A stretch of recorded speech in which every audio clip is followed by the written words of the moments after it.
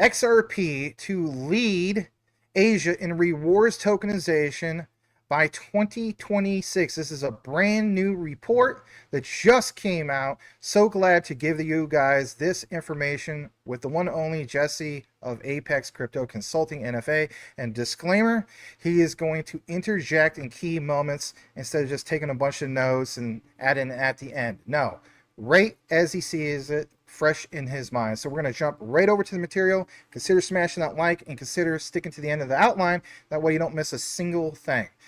First thing we're going to do is jump over to Coinpedia. And this is pretty good to reference, to say the least. So as we get there, you're going to see this specifically, and it mentions this. Ripple News, SBI Ripple Asia signs MOU to build NFT payment platform on XRP Ledger. Now, another disclaimer real quick, and that is basically this. In our other video, which is going to come out actually the day after this one, here's a little brief preview, okay?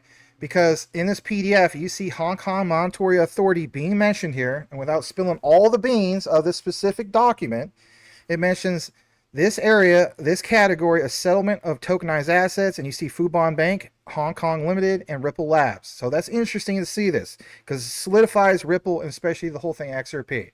Jumping back over to this document, here's what's interesting.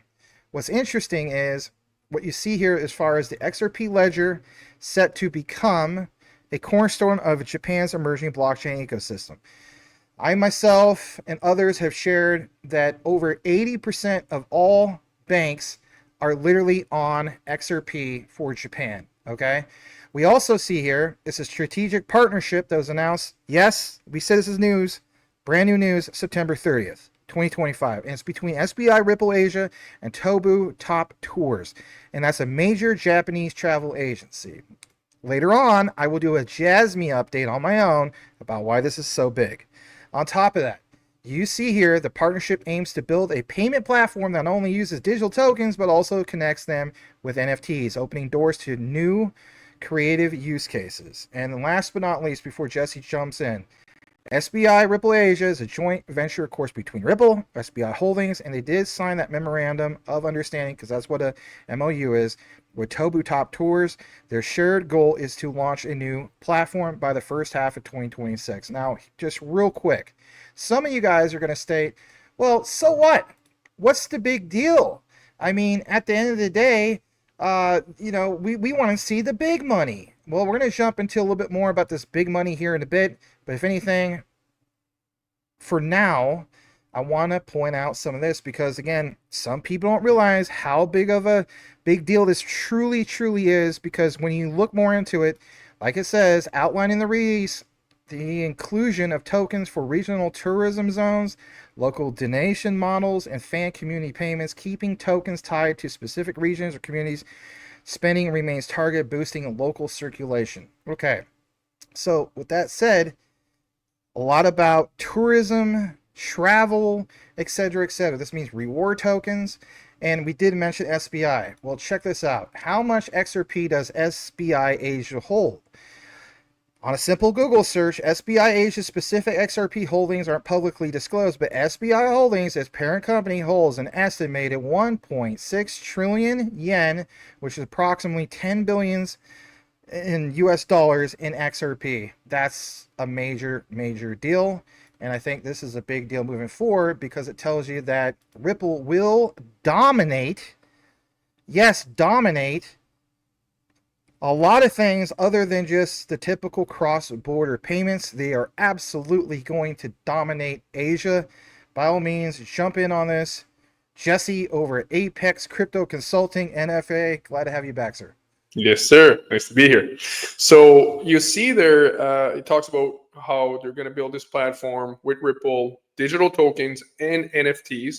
And then underneath, there was another paragraph talking about how Ripple is going to be the payment platform. But again, why is this all built on Ripple? And why does it say that Ripple is the payment platform for all these different digital tokens and NFTs? Because Ripple is the engine of value. Ripple is a bridge asset. Okay, it's crazy that, and again, I'm not trying to offend anybody. I'm not putting anybody down, but it's absolutely crazy that people think that Chainlink is replacing XRP. Chainlink is not a bridge asset. Okay, so again, the reason it's an oracle that brings data from the real world to the chain. It doesn't settle transaction. It's not made to go from one type of asset to another. So anyway, so the reason, again, this is all being built on Ripple is because Ripple is the internet value, which means we can take any type of asset. It can be exchanged for any other type of asset. So you want to go from an NFT. Once this internet value is all mature, you want to go from an NFT, non-fungible token, which means this is not necessarily a meme or anything. Like non-fungible tokens can be for many, many, many things. But if you want to go from an NFT to a different rewards token, and then from a rewards token to another type of digital token, you can settle with XRP. XRP is that bridge asset that allows any type of asset to be exchanged for another type of asset. XRP provides the liquidity, and you cannot do that. It's impossible to do that unless you have the XRP Ledger, you have the Interledger protocol. Only XRP and Stellar have everything that's needed, okay? Because you need the Interledger protocol, you need the XRP Ledger, you need the liquidity pools, you need sufficient liquidity, you need the institutional adoption like RippleNet, you need the hooks, you need the multi-hop that Ripple does, the pathfinding for liquidity. I mean, it's so advanced. It just can't be done with anybody else, with anything else. Ripple is the only bridge asset in Stellar, so people need to understand this. When people are saying, "Oh no, this blockchain is going to replace Ripple," no, guys, like you're way out of lunch. Sorry, it's not how it works. Okay, there's a reason why they're building the internet of value, and you need that liquidity. Hey, my friend, if you're a day trader or pro, BTCC Exchange will be a game changer for you. BTCC Exchange is one of the world's most preferred and trusted crypto exchanges for day traders and pros, tailored for high volume futures and scalping. Founded in 2011, it's the longest running platform with 0 hacks, licenses in the US, Canada, EU, and more. It's a dream for traders. Top 5 on CoinMarketCap for derivatives, unmatched liquidity, rock bottom fees, plus up to 500 leverage futures. Advanced order types like TWAP and iceberg orders, plus API for algo trading. They also have one of the most user-friendly copy and leverage trading platforms in the world. Join over 600,000 traders, compounding daily scalps into explosive returns. If you're not using BTCC for your day trading, you're seriously missing out. Use my BTCC referral link on the screen, in the description, or in the pinned comment, or scan the barcode on the top right of the screen for up to 11,000 USDT rewards, up to 10% bonus on your first deposit via referral link, easy $50 minimum, and 30-day trading to unlock the bonus, up to 50% off fees and VIP perks like priority support. Leverage and copy trading is risky, so only use what you can afford to lose or seriously don't do it at all. I launched this YouTube channel to share crucial crypto insights, not to see you make reckless moves and lose your hard-earned money. Testimonials are paraphrased for clarity from real BTCC trader reviews. See description for sources. Never keep all your crypto on exchanges. Use reputable hardware wallets. Now let's get back to the video. So again, it was saying how SBI was holding maybe 10 billion. Not sure the AI was exact there because technically SBI Holding owns approximately 10% of Ripple. So that would be maybe 10 billion XRP, 10% of the 100 billion of the supply, or maybe it would be 10% of what's in the escrow. But SBI holds about 10%, might be 9% now, I'm not sure, but they hold approximately, it used to be 10%. SBI Holdings owns 10% of Ripple, and I believe they also are the biggest shareholder in R3. And this is why SBI was so fundamental in helping to settle the lawsuit between R3 and Ripple. And so why? Because R3 uses the R3 court of settler to settle transaction, which uses XRP for settlement. The R3 has the R3 court of settler, which exclusively uses XRP for settlement. So you might as well call it the XRP settler, but they can't call it that, right? So they call it the R3 settler. And this is why they received the 1 billion. Originally 5 billion, there was a lawsuit, settled for 1 billion. The court of settler, which uses XRP to settle transactions, is the reason why R3 received the billions of XRPs in the first place. Okay? Again, I keep pounding people with that. R3 did not receive billions of XRPs for nothing. You don't give away billions of XRPs, okay? It's just, it's not realistic to think that. Absolutely not. So yeah, so again, and it says that Ripple will be the cornerstone. So to me, literally, that's another way of saying it's the infrastructure. It's the cornerstone, right? I mean, it doesn't get more clear than that. So again, it's because the reason that it's being built on Ripple for digital tokens, NFTs, and all these different types of assets, because Ripple is the internet of value, and they're the only ones that can do it, aside from Stellar, again, that can do some of the things Ripple does. And it's very clear. It just doesn't get more clear than that. This is perfect evidence again, Max. So good document to show. Absolutely. It's just a quick update. I do want to at least highlight this part real quick before we wrap it up. And if you guys aren't aware of it, it does say specifically here, one of the most exciting ideas explored is NFTs that double as digital souvenirs or discount vouchers for future travel bookings. Again, shout out to the Jasmine Army, Navy, Armed Forces. We have pointed this out for years, and if anything, I'm going to do an update about this. So again, to see this new platform leverages XRPL speed, low fees, eco-friendly design, proven earlier this year when SBI minted over 900 Expo 2025 NFTs. And this last part, now with 28.2 million visitors expected at events like the Osaka World Expo, the system shows real potential for large-scale use. Okay, stay right there, Max, for a minute. I want to show something. So this is exactly what I was saying. So it says the platform is going to carrying way at the top there. It says carrying added functions. XRP Ledger will power a new payment platform right here. XRP Ledger will power a new payment platform that links unique tokens with NFTs. This is that bridge I was talking about. They're saying links. Now, if this was a Chainlink, somebody from Chainlink would say, see, that's us. No, you're crazy. See, XRP Ledger will power a new payment platform that links unique tokens. So when they're talking about linking here, this is the bridging. When you want to go from one type of asset to another, you want to go from a unique token to another type of digital souvenir or whatever, this XRP is the bridge. XRP is the liquidity. That's what they mean by linking here. And then at the bottom, it says one of the most exciting ideas being explored. It goes on and on. Digital souvenirs, discount vouchers. This new platform leverages XRPL speed at the bottom here, Max.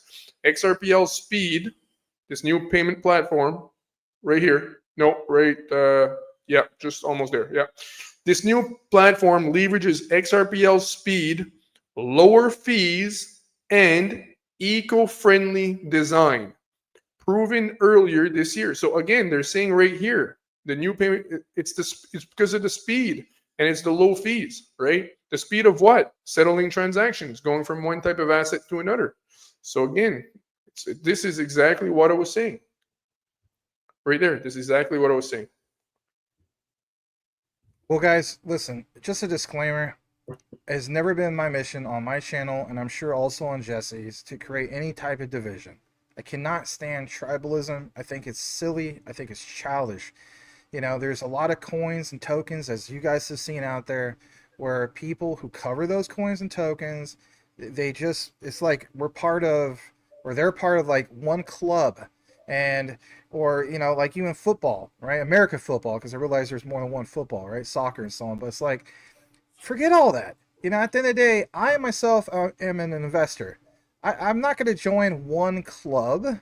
That's just ridiculous. I like to be diversified. I do feel as though Chainlink is a solid project, and I do feel as though them, as well as many others, complement each other with these particular distributed ledger technologies, whether it's blockchain or even Hedera, right? Hedera is not even technically a blockchain.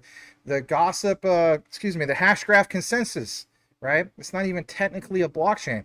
So my point is, yes, Chainlink is the king of oracles. We get that, but there has been a lot of crazy talk lately with the Chainlink community, always trying to just like, hey, it's just us and it's only us. I see a lot of other projects, not going to mention who do the same thing, and it's just absolutely absurd. And Max, I just want to add, the reason I pointed out is just because I don't want people to be deceived. It's the only reason I mentioned this about Chainlink, and because there's all sorts of, for me, it's just because I don't like people being deceived because of the misinformation. And Link complements XRP in a way because Link brings the data from the real world. Because in a smart contract, you say, okay, if the weather's over 25 degrees tomorrow and this country, they elect this president and Google, does this, then I want to sell my stock of, whatever. I want to sell this stock. Like it's a smart contract. You program, you say, if this and this and this and this happens in the real world, then do this. So, or Chainlink being an oracle, it brings the data to blockchains so that we can see what's happening in the real world. So the real world data saying, okay, in New York it's 25 degrees, and this president was elected in this country, and this happened, and the stock market crashed by 10%.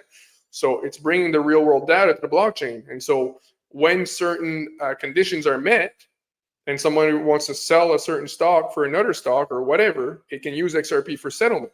But so Chainlink would be used to bring the data, for example, to bridge the data from the real world to the blockchain, and then XRP would be used to execute the transaction, for example, if they need liquidity, and not for every transaction, but when you're going from one asset to another and you need liquidity, there's not that liquidity between those pairs of assets, XRP would be used.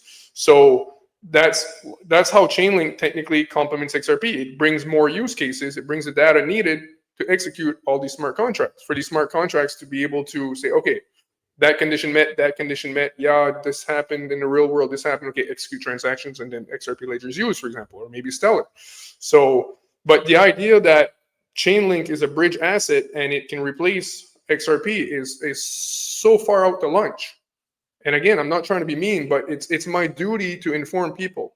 I don't want people to be misled. I have absolutely nothing against the Chainlink community. I believe in the project. It's like you said, it's the king of oracles. But at the same time, I got to speak the truth for people to understand. XRP is not going nowhere. I don't care how many times Swift mentions it, how many times BIS mentions it. It's a lack of knowledge. It's a misconception. Chainlink is not replacing Swift. It's not replacing XRP. Again, for me, it's just for people not to be deceived because of misinformation and misunderstanding by a lot of people in the Swift in the Chainlink community, let's say. But I love them. I'm here to help. If anything, by explaining these things, I'm helping them understand the difference. But again, I love the Chainlink community. I love all the communities. I just pointed that out because I need to help people understand what's going on. Absolutely. Just a little last disclaimer. Shout out to you, Quant Papa, if you're watching. And that is, he found it interesting that at Cybos, the Quant booth was on a separate level compared to Chainlink because a war might have broke out, right? Okay. Gotta have a good laugh. Anyway, hey guys, thanks for tuning in. We really appreciate you doing so.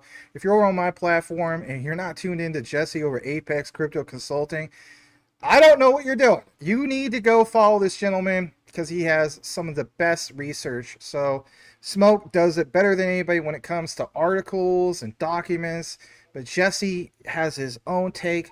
And in my opinion, this guy is just awesome with his research. So give him a follow. And if you're watching over, you're welcome. If you're watching over on Jesse's channel, please consider dropping on over by my channel. On X, as you see, it's Max at DPG Maximus. But if you're looking for the exact channel, it's Maximus Crypto 2690.